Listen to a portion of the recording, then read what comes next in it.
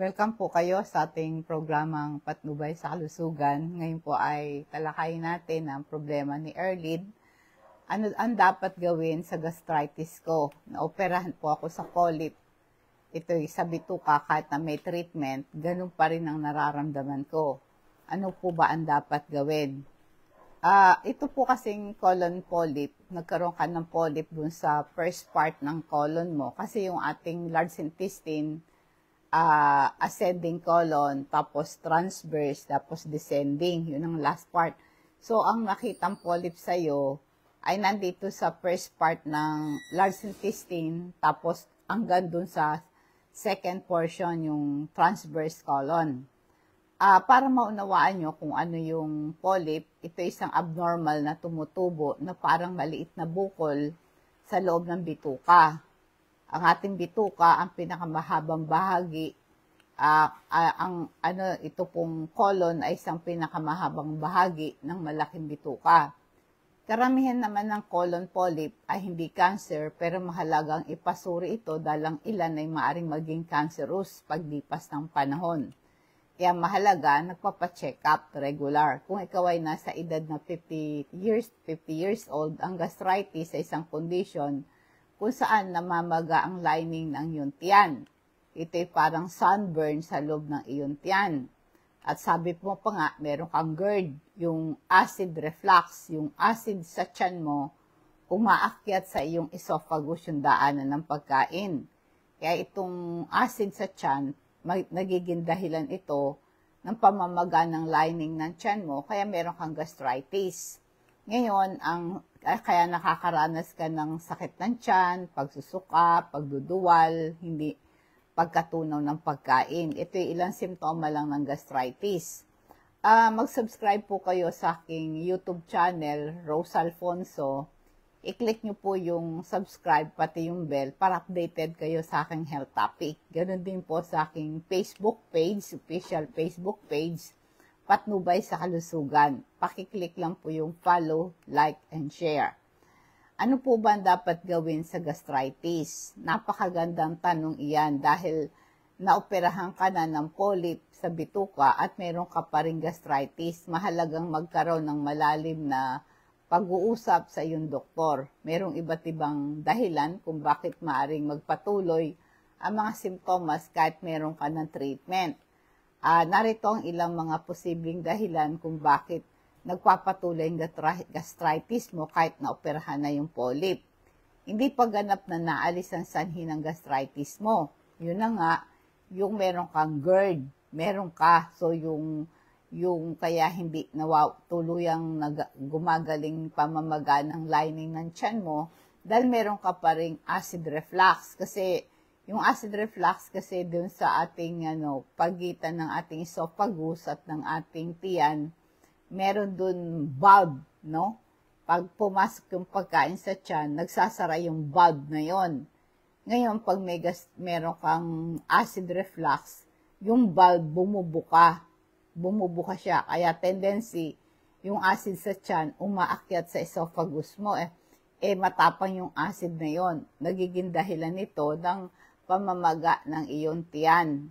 Ngayon, ang mga factors kaya nagdudulot ng pamamagayan, ito'y komplikasyon, minsan mula sa operasyon. Ang operasyon mismo ay maaaring magdulot ito ng side effect na nakaapekto sa digestive system.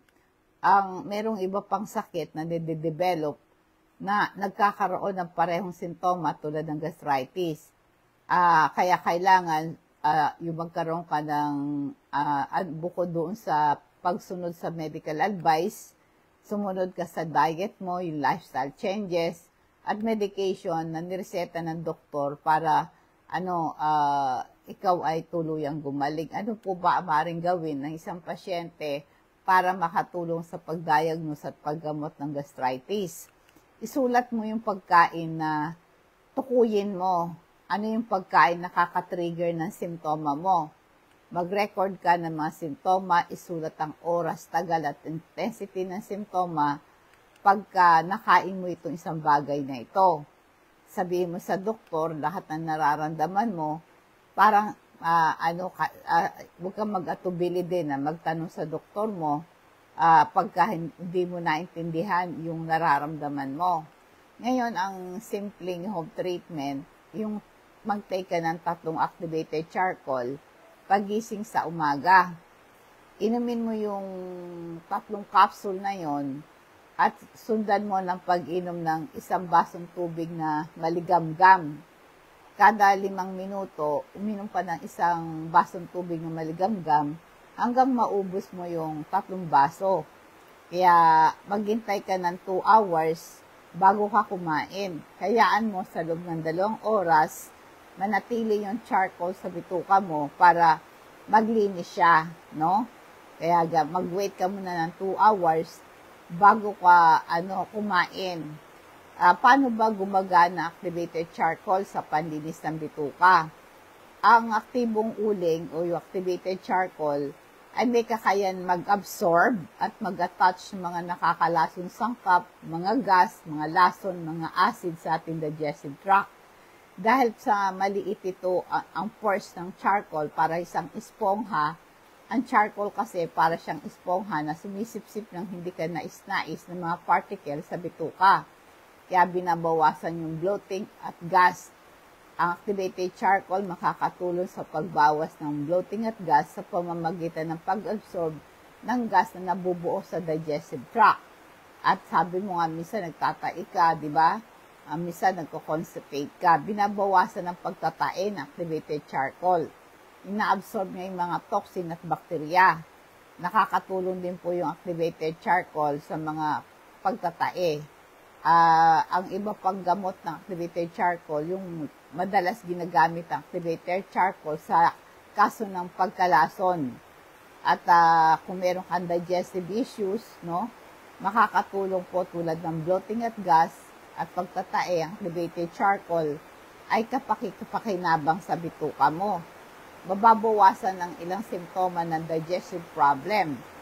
Kaya yung activated charcoal po ay nakakatulong sa baga at pang-prevent ng hangover, drug overdose, nare-reduce yung inflammation sa bituka, yung gastritis, at ito rin po ay maganda na gamot sa bad breath, sa mga kinakabag, acidic, heartburn, dahil nag-absorb nga ito ng gas at toxin sa bituka.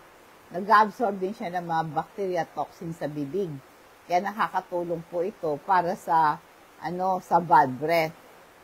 I-try nyo po ito basta mag-take ka ng 3 activated charcoal. Pagkagising mo sa umaga, maghintay ka ng 2 hours na totaling linisin ng charcoal yung bituka mo. After 2 hours, pwede ka na mag-almusal. Iwasan ang pagkain pagka may gastritis ka, iwasan mo yung maanghang na pagkain at matataba. Kumain ka lang ng konti-konti, pero madalas. Uminom ka ng tubig, no? Halimbawa, yung maligamgam na tubig ang mas maganda. At saka, ang key component ng diet mo, maraming prutas at gulay, mga whole grain, legumes, and nuts. Ang mga pagkain na mayaman sa fiber, vitamins, mineral, at antioxidant, yung prutas at gulay na yan, nababagay para sa iyo yan. Tapos, i-take mo yan, kainin mo yan. Tapos nun yung ating Super B complex, ito ay kino-convert niya yung food into energy. Importante ito sa healing at recovery mo. As sumusuporta sa digestive health mo, nagko-contribute sa healthy digestion, ang ating Super B complex. Nare-reduce yung stress, nakakatulong sa pag-manage ng anxiety, at tumutulong po ito sa proper digestion. Kaya kung kulang ka sa tulog, very stressful ang buhay mo, pagod ka, anemic ka, mag-take ka ng activated charcoal 30 minutes before breakfast or 30 minutes before lunch or 30 minutes before supper. Ano yan? Once a day lang ang pag-inom ng activated charcoal.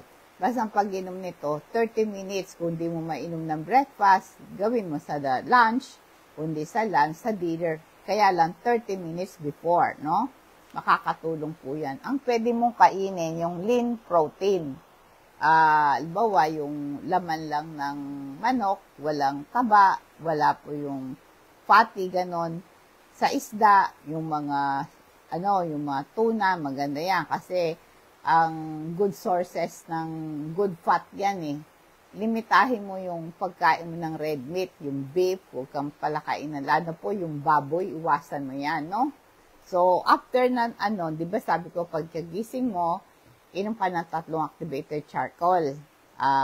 Kada 5 minuto, 1 basong tubig na maligamgam, at least 3 baso kada 5 minuto, hanggang maubos yung 3 glasses of water. After 2 hours nun, di nakatubawa, nagising ka ng 5, 6, 7, after 2 hours, 7 o'clock na yun, di ba? Ang unang-unang i-take mo, mag-banana shake ka. Ang banana ay very gentle sa stomach, low in acidity yan, mayaman sa fiber, at nakaka-relax ng stomach lining. Ang banana ay marami itong nutrients tulad ng potassium, B6, vitamin C. Kaya maganda po yan, no? Mag-banana shake ka. At saka yung banana shake na to, para wag kang matuyuan. At saka yung banana shake na yan, dapat yung ripe banana, no? Yung hinog. Pwede ka rin uminom ng Yakult, yogurt, no? Mga plant-based milk, para sweetness mo. Kaya, mag-shake ka ng 2 bananas sa umaga, 30 minutes bago ka mag-breakfast, o 2 hours after breakfast kasi nag-take ka nga ng activated charcoal. Basta pwede mong haluan ng slice ng papaya, yung banana mo. Pwede mo lagyan siya ng sweetener, or kaya pwede mo lagyan ng honey, o pwede lagyan mo siya ng plant-based milk, no? Yan ang dapat mong gawin.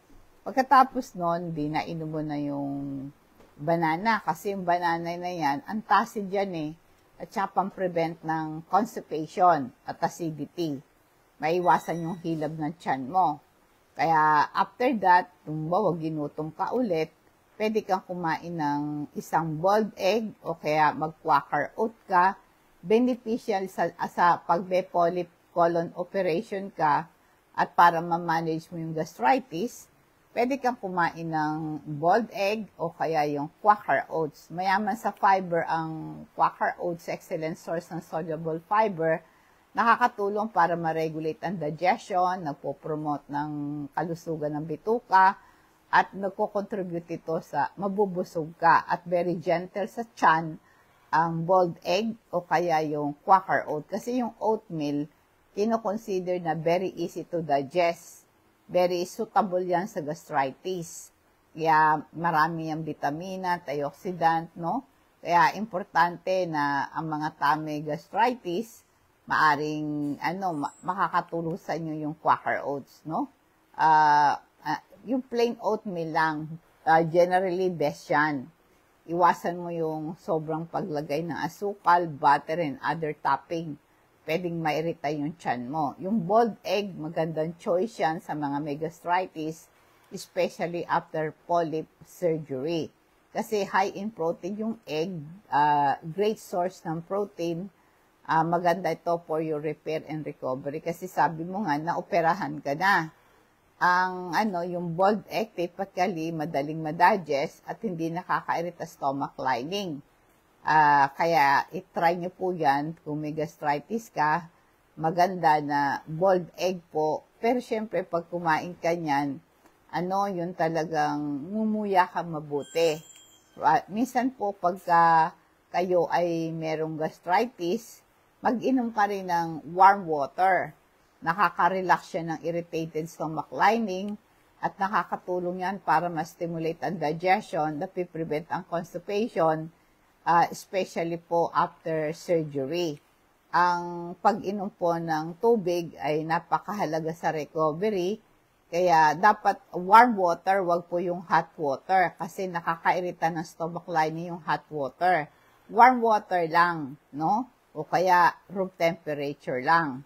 Pwede ka rin mag-exercise ng regular, ngunit wag labis-labis, no? Ang paglalakad, ito'y good exercise sa mga merong gastritis, even after polyp surgery. Walking, ito isang low-impact exercise at hindi nagbibigay ito ng excessive strain sa katawan mo. at nag-i-improve ito ng digestion, kaya yung regular walking, nakaka-stimulate ng digestion, nagpe-prevent ng constipation, and stress reduction din yan. Ang exercise, yung physical activity, walking, nakaka-reduce ng stress, nagko-contribute kasi sa gastritis ang stress. Kaya ang walking ay maganda to sa kalusugan. Pwede mong gamitan ng crystal oil. Ang crystal oil po natin, nakaka-reduce ng pain yan. Kung kayo ay kinakabag, masaktan tiyan, meron kang muscular pain, naninikip ang dibdib mo, nahihilo ka, barado yung ilong mo, hindi ka makatulog, maghaplas ka ng crystal oil. Kaya kung para ma-improve ang sleep quality mo, ma-relieve yung headache mo, amuyin mo lang, nakalis ng hilot, bara ng ilong. Nakiklear yung congestion mo, nag-i-improve ng respiratory health. Ito po ang ating crystal oil. Nare-relieve yung bloating, yung gas, and stomach cramps. Nakaka-relieve yan ng vomiting, and nausea. At hindi ka rin kakagatin ng lamok pagka naghaplas ka ng crystal oil. At mawawala din ng kate kung nakagat ka man ng lamok, no? Magpahinga ka ng sapat. Ang sapat na pahinga ay napakahalaga sa pagpapagaling pagkatapos ng polyp surgery at sa pamamahala ng gastritis.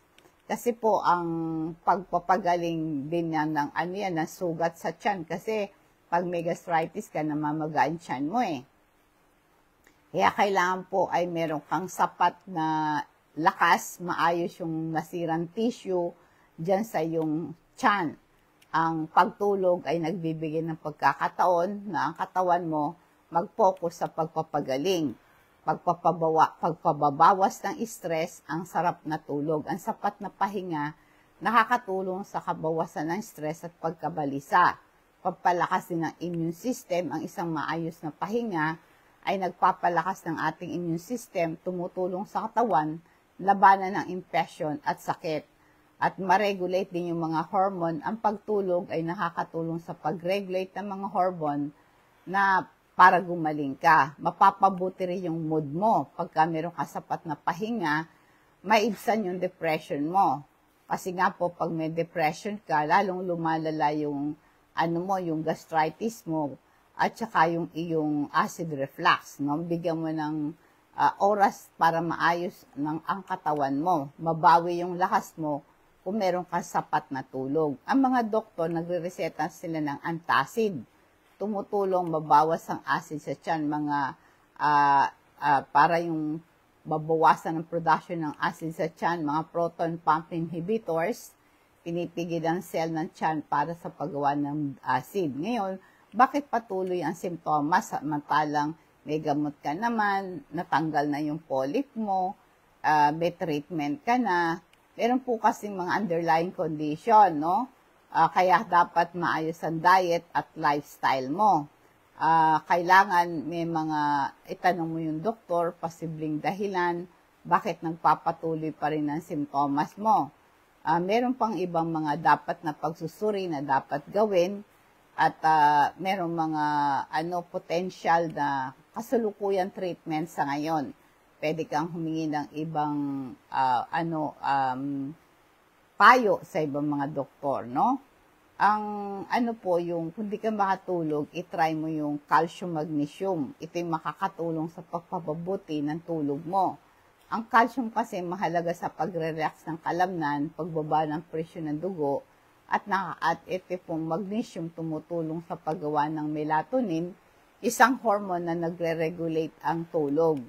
Merong relaxing effect yan sa katawan, kaya iwasan mo yung kumain sa gabi, no?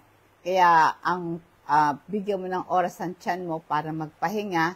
Pag kumakain tayo bago matulog at ito makakasama. Kailangan ang huling oras ng kain mo ay 6 o'clock ng gabi, no?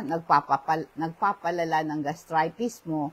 Pag kumakain ka pa sa gabi, nagkukos ng heartburn, acid reflux, pananakit ng tiyan, at nakakaabala sa pagtulog mo, no? Kaya dapat kung masakit ang tiyan mo, magpapahirap sa pagtulog mo, at nagpapatas ng production ng acid pag hindi ka nakakatulog, at lalong lalala yung gastritis mo. Kaya maagang hapunan, subukan mo na kumain ka ng hapunan ng maaga, 2 to 3 hours bago matulog. Meron kang magaan na merienda kung nagugutom ka bago matulog. Maring kumain ka ng isang magaan na merienda tulad ng isang piraso ng prutas o isang maliit na tas ng yogurt o kaya uminom ka ng Yakult. Kada kumain ka, after kumain ka, mag-inom ka ng isang Yakult. Antacid yan, no? Iwasan mo yung maanghang na pagkain. Itong pagkain na ito magpapalala ng gastritis mo. Iwasan mo yung late night snacking, no? Hindi ka makatulog dyan. Kaya pwede ka rin maglagay ng warm compress sa tiyan. Yung hot water bag. Lagyan mo siya ng hot water, tapos ibalot mo siya ng tuyong tuwalya, ilagay mo yan sa tiyan mo, marirelax yung kalam ng tiyan mo, lalo na nung pagkatapos ng operasyon, no? Makakatulong po sa circulation ng dugo sa tiyan mo, nagpapabilis ng proseso ng paggaling. Kaya kung meron kang gastritis, ang warm compress ay nakakatulong sa pag-alis ng pananakit ng tiyan. Ang init kasi nakakatulong ma-relax ang kalam na ng tiyan mo at napapabuti ang digestion. Tsaka kung matutulog ka, pwede kang gumamit ng wedge pillow. Ito po kasing pagtulog, ang gamit ay wedge pillow. Pwede kayong umorder sa Shopee or Lazada ng wedge pillow para yung ang pagtulog mo naka-incline. Pinapatas yung upper body mo. Ang wedge pillow ay nagtataas ng upper body kabilang yung ulo at dibdib at balikat, no? Nakakatulong para mabawasan ng acid reflux sa pamagitan ng pagtaas ng upper body mo para yung acid hindi bumalik sa esophagus mo. Nakakabuti din ito sa pagtulog mo at makakatulong po ito sa mga merong sinus congestion. Kaya ang wedge pillow, ito yung magandang suporta sa likod, makatulong sa pag-align ng spine at pag-alis ng sakit ng likod. Kaya mabawasan din ang presyon ng kasukasuan ng pagtulog sa wedge pillow ay makakatulong sa pag-alis ng sakit ng likod at balikat, no? At kung may plema ka, kung may asthma ka, may sakit ka sa puso, meron kang acid reflux, ay gumamit ka nitong wedge pillow na yan. Alam nyo po sa akin kung nais nyo pong magpa-deliver sa inyong tahanan ng crystal oil, activated charcoal, calcium magnesium, super B complex, na nakakabuti ito sa yung post-polyp surgery, di ba? Kaya itong mga health products na to, i-deliver ng rider, cash on delivery, i-charge lang po sa inyo ang shipping fee. Ngayon po, idadako tayo sa ating food for thoughts, Isaiah 40 verse 31. Ang sabi po, but those who hope in the Lord will renew their strength. They will soar on wings like eagles. They will run and not grow weary. They will walk and not be faint. Ngunit muling lumalakas at sumisigla ang nagtitiwala sa Panginoon. Lilipad siya tulad ng agila, siya'y tatakbo, hindi mapapagod, siya'y lalakad, hindi manghihina.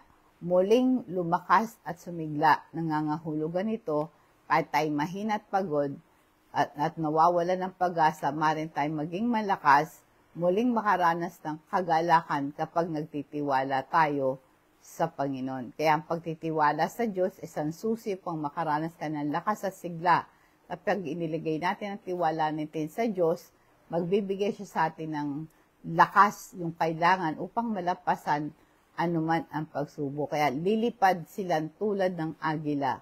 Ang lipad, ang agila ay simbolo to ng kalayaan, lakas at taas ng paligid. Kapag tayo po'y lumilipad tulad ng agila, nangangahulugan tayo nakamit ang kalayaan mula sa mga bagay na humahadlang sa atin. Tulad ng agila, ang agila ay may kakayanang lumipad ng mataas at malayo, kahit may malakas na hangin sa pamamagitan ng pagtitiwala sa Diyos, magkaroon tayo ng kakayanan malampasan ang mga hamon sa buhay, umabot sa bagong taas. Siya'y tatakbo ngunit hindi mapapagod, sila'y lalakad ngunit hindi manghihina. Tatakbo ka ngunit hindi ka mapagod, kahit ang mga bagay na kailangan nating gawin ng mabilis, hindi tayo mapapagod dahil sa lakas na ibinigay ng Diyos. Lalakad ngunit hindi manghihina, kahit na may mga mahabang paglalakbay na kailangan nating gawin, Hindi tayo manghihina dahil sa patuloy na suporta ng Diyos. Sa madaling salita, ang Isaiah chapter 40 verse 31 na nagsasabi, pag nagtitiwala tayo sa Diyos, bibigyan tayo ng lakas na kailangan natin upang malampasan ang anumang pagsubok. Maging malaya tayo, malakas, hindi mapabagod o manghihina. Ito isang napakagandang pangako binigay sa atin na pag-asa sa pagharap ng buhay. Magandang gabi po, nawa pong pagpapala patubay ng Diyos ang sumatin, and God bless us all.